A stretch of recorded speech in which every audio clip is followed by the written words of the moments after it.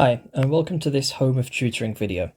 I've decided to make this video because I think many teachers and many different educators tell students, and this is correct, that past papers are an excellent way to revise for your exams. And that is true. Completing past papers will definitely help you when it comes to revision. However, not many of them will actually tell you how to read a mark scheme to be able to understand what you need to do to mark the work. Okay, how is your examiner, when they look at your paper, going to mark your work? Now, if you don't know how to mark your work, when you come to revision, you might give yourself a mark when maybe you shouldn't have done, or maybe you won't give yourself a mark when actually you should have got the mark. So in this video, I am going to go through how to read a mark scheme. I'm just choosing this Physics Paper 1 higher mark scheme from summer 2022. Even though I've chosen physics, this will apply to chemistry and biology as well, and will also apply to foundation and combined science too. Starting off with some of the most simple questions. If you have a multiple choice, the answer will always be here at the top. If there is a diagram, it will show you the diagram that was related. And usefully, underneath are the incorrect options, and it tells you why that option was incorrect. So this can be really useful if you've picked one of these incorrect options, a really useful opportunity for you to learn why the one you chose was not correct. And the mark total is always over here. So this one is just 1 mark. Question 1A. Next up, there's question 1BI, which is 2 marks, which you can see here. Because it's 2 marks, there's obviously multiple things you need to do. So your first mark in a question like this comes from, as it says here, substitution. Now, you know it's only worth 1 mark because it has the 1 in brackets here. And substitution just means you're putting the numbers into some equation. So underneath this, they've given you 2 examples. The or tells you that either this one gets the marks or this one gets the mark. If you've written both, you don't get twice the amount of marks. And finally, evaluation just means you've taken this and you've actually calculated it to get this number here, and that's your final mark. So you can see everywhere we have a 1 in brackets, it is telling us this is 1 mark, this is 1 mark, great, you've got 2 marks. So far, I think that's been pretty simple, pretty self-explanatory. Moving on to this one, we're starting to get to where we're actually making use of this column here, the additional guidance. So in the answer, it tells you what the examiner will be looking for. So a description to include 1 pair of, okay, then we're given some options. As you can see, again, it's 2 mark question. There's a mark here and there's a mark here. So that's how you get your marks. Anytime you see a slash, that is saying you can either write use, in this case, different lens, or you can write replace lens. So you can either write use different lens or you can write replace lens. You get 1 mark. You can't say both and get 2 marks for that thing. Another thing here, okay, is we've got curly brackets. So the brackets that look like that. Mine are terrible when I'm drawing them, but the curly brackets. Once again, you can see inside the curly brackets, we've got slash, slash, slash, slash. That is just saying you could either say this, or you could say this, or you could say this, or this, or this, or this, or this. Any one of those things added on to lens, because notice lens is outside the curly brackets, will get you the mark. So if you said higher power lens, you get 1 mark. If you said shorter focal length lens, you get a mark. If you get more curved lens, you get a mark. Curly brackets just mean you have to include something from that bracket. So if you just write lens, you don't get the mark. You have to include something from these curly brackets. Now, on the right side here, under additional guidance, you can see it says here, accept stronger. So notice how stronger wasn't in the answer. If a student wrote stronger lens, this additional guidance would tell your examiner, yep, accept it for 1 mark, that is fine. Underneath, you can see here it says curvature of lens increased. Now we've got a 2 in brackets. This is basically saying if the student wrote curvature of lens increased, you get the full 2 marks, because essentially this one statement here includes both elements from these here to get 2 marks. You'll see this very often as you get into higher mark questions. Again, we've got this or. So or is just saying you can either get your 2 marks from doing this stuff at the top, or you can do it down here. Again, we've got these slashes. So again, that just means you can write this or this, or change the distance, move the lens, or move the object. That gets you a mark. Here, we've got something different. We've now got normal brackets instead of the curly ones. When you see normal brackets, that is just telling you, okay, the student doesn't need to write the information in these normal brackets. They are only there to help the examiner understand what this is about. So further away would be accepted, but further away from the object / lens is just giving the examiner a bit extra information to help them when it comes to marking. So curly brackets, remember the ones that look like this, means you have to include something that's in that bracket. Normal brackets, you don't have to include it, it's just there for extra information. And once again, at the bottom here, you can see this is an alternative answer, increased distance between objects and lens, that gets you both the marks for that question. Here we've got another calculation question, which is a bit more complicated than one we saw before. Again, this is 3 marks, so there's 3 total. Once again, you've got substitution for 1 mark. Remember, that just means you're putting the numbers into the equation, and they're giving you an example here.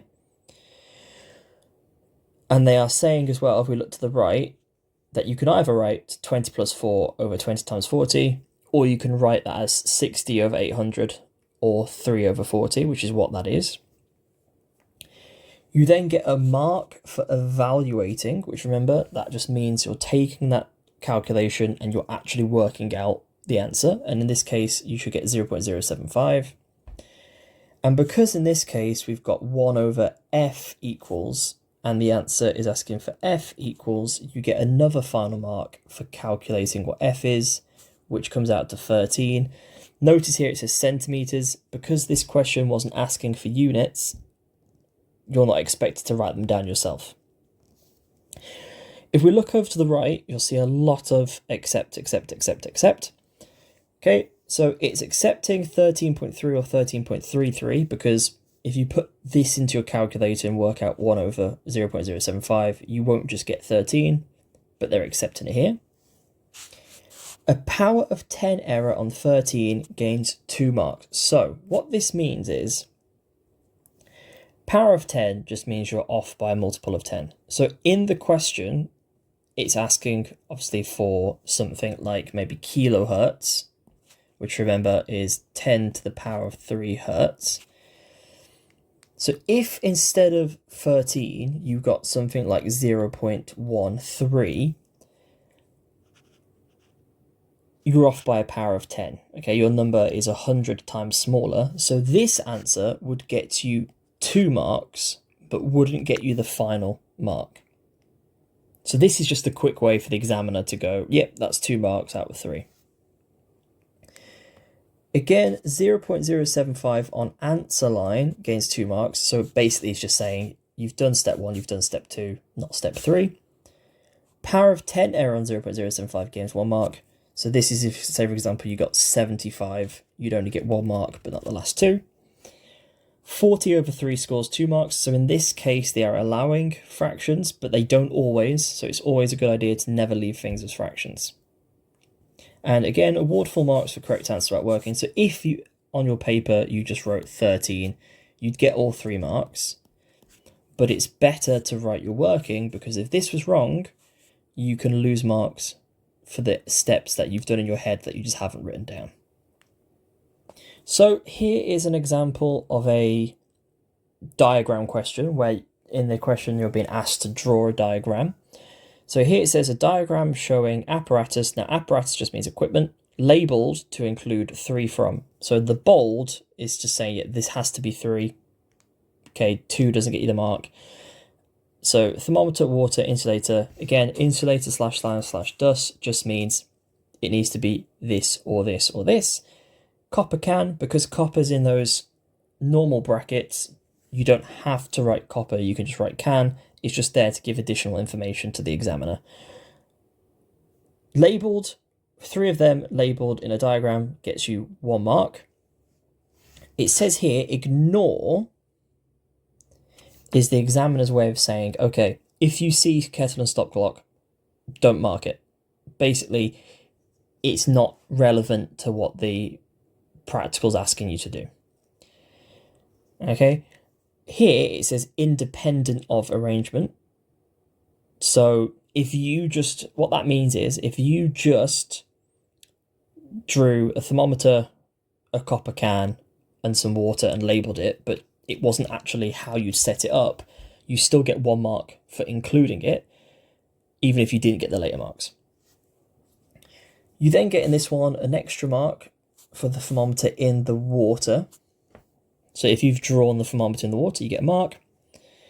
And in this specific example, they want a particular arrangement, and that arrangement is a smaller can filled with water inside a larger can filled with some insulator like sand or sawdust.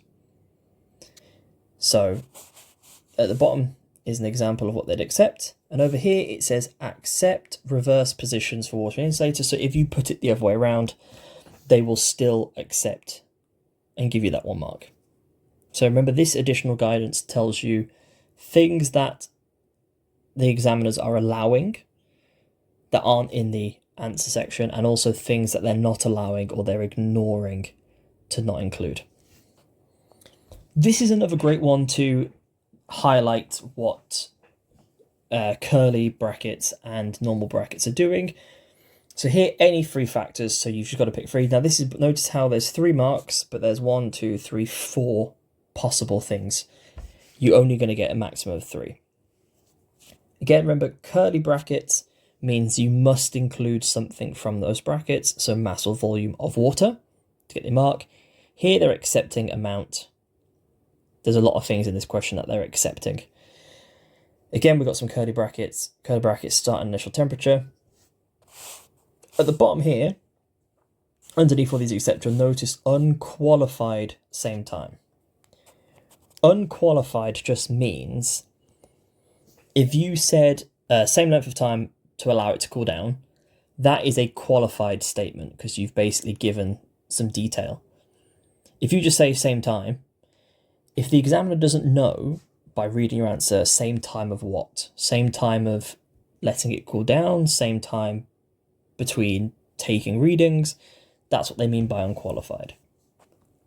ORA just stands for or reverse argument. In this case, it's saying as the density increases, conductivity decreases. If you said it the other way around, so you said as the conductivity decreases, density increases, that is also accepted because it's correct. So ORA just means or reverse argument. Again, we've got those slashes to mean choose this or this.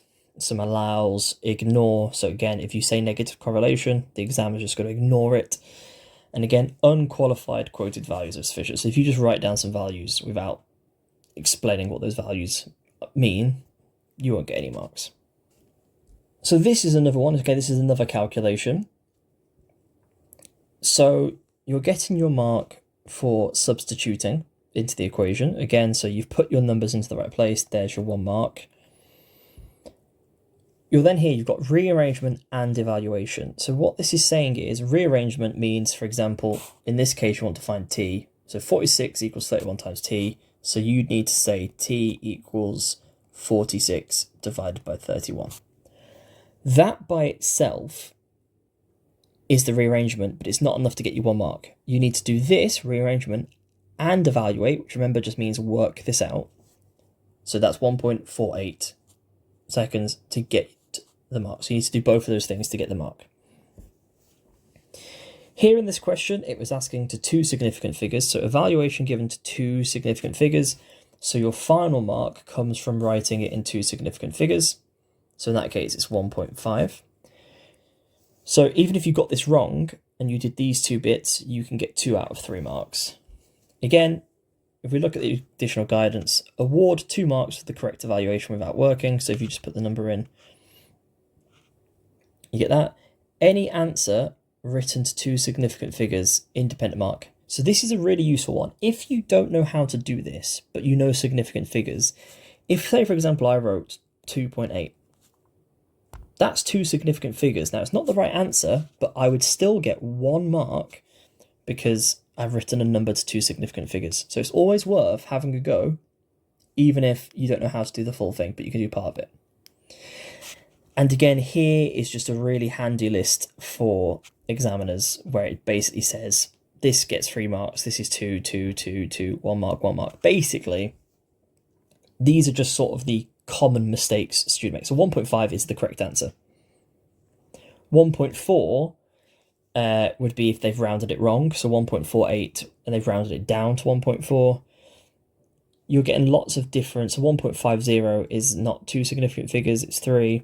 So it's just a quick way for examiners to go through and go, yep, this gets that mark. Another one I want to look at here, because it shows another thing that you see in mark schemes, is notice here how it has neutrons underlined. If you see a word underlined, that means you must include that word to get the mark. So you can't write it any differently. So if, in this case, they're talking about nuclear fission reactors, and it's saying the control rods absorb neutrons, you have to say neutrons. If you don't mention neutrons, you don't get the mark.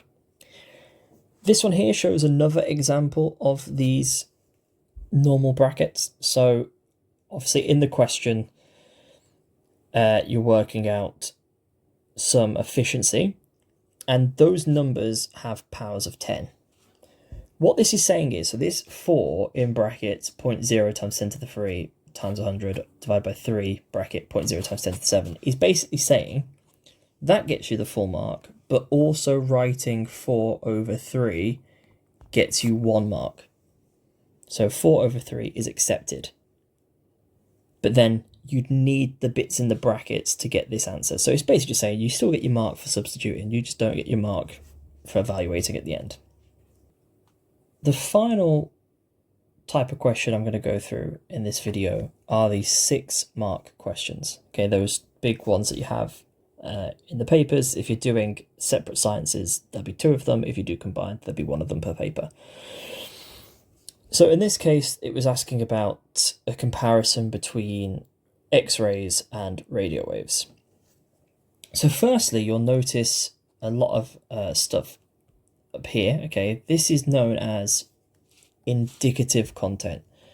So it's things that an examiner will be looking for you to include, and it's a whole massive list. So X-rays are used in these things. Here is a comparison between X-rays and radio waves. Radio waves are used in broadcasting, etc., etc. It's just given a lot of things that examiners should be looking for when marking your work. However, they're not just necessarily looking for you to blurt out facts, because it's a 6 mark question. They are looking for how you've written it. Underneath, you have the level, the mark, the descriptor. So what an examiner will do is they'll read through your question and they'll first decide what level they think it is. And this is just basically depending on how you, for example, 0 is no rewardable material. So if you wrote nothing or you were completely wrong, you spoke about gamma rays and something else. Here you can see like level 1 demonstrates elements of physics understanding, some of which is inaccurate. Understanding of scientific inquiry techniques and procedures lacks detail. Presents a description which is not logically ordered and with significant gaps. So there you go, that's level 1. So level 1 means you can only get 1 to 2 marks. A level 2 means you can get 3 to 4 marks, and a level 3 means you get 5 to 6 marks. So they first decide what level they think you're at. And then once they've decided, they then just need to work out whether they think you're the lower end or the higher end. So you're going to get 1 or 2, 3 or 4, 5 or 6. Now, some papers, not all of them, but more often now than they used to be, you'll find underneath is some additional guidance. So here is an example of a level 1 answer. So elements of physics present, isolated knowledge principles, 2 unconnected statements. So if a candidate gave a use of an X-ray and a use of a radio wave, there's 2 unconnected. So if they just said X-rays are used for airport scanners and radio waves are used for broadcasting, there you are, done. You're a level 1, that'll get you 2 marks. For level 2, which is 3 to 4 marks, some knowledge of principles with limited detail on use and a comparison. Again, you've got some accepted possible answers. And finally, level 3, detailed knowledge of principles on use with logical connections made about one process. Again, you've got a possible candidate response. Now, 6-mark questions are going to be the ones that are probably hardest for students to mark, just because there's so many different variations of what could be accepted. My best piece of advice to students is, if you go to a school, which many of you will do, answer a question and just politely ask your teacher, could you mark this 6-mark question for me? It'd be even more helpful for them if you gave them the mark scheme as well. And I'm sure they'd be more than happy to help you with that. If by looking at this in your question you don't quite know how to mark, my best advice, if you can't get a teacher to mark it, is be harsh on yourself. Don't sit there and go, yeah, I think I've got that. If you're not sure, the better thing to do is to not give yourself a mark and to train yourself to write an even better answer. Because that way, when it comes to doing your exams, best case scenario, you get as many marks as you've got. Worst case scenario, you at least know you're not, for example, you haven't said, oh, that's a 6-mark answer, but actually it was only 3 marks. You'd rather go, I think that was a 4-mark answer, but actually it would have been a 5-mark answer. It's better to be slightly pessimistic and expect really high levels of yourself than it is to let things slip. Hopefully you found this video useful, and it will make your past paper revision much, much more useful, because you now actually can understand how to mark it properly. If you liked this and you want more content like this, then make sure to subscribe to Home of Tutoring on YouTube and follow Home of Tutoring on TikTok and Facebook as well.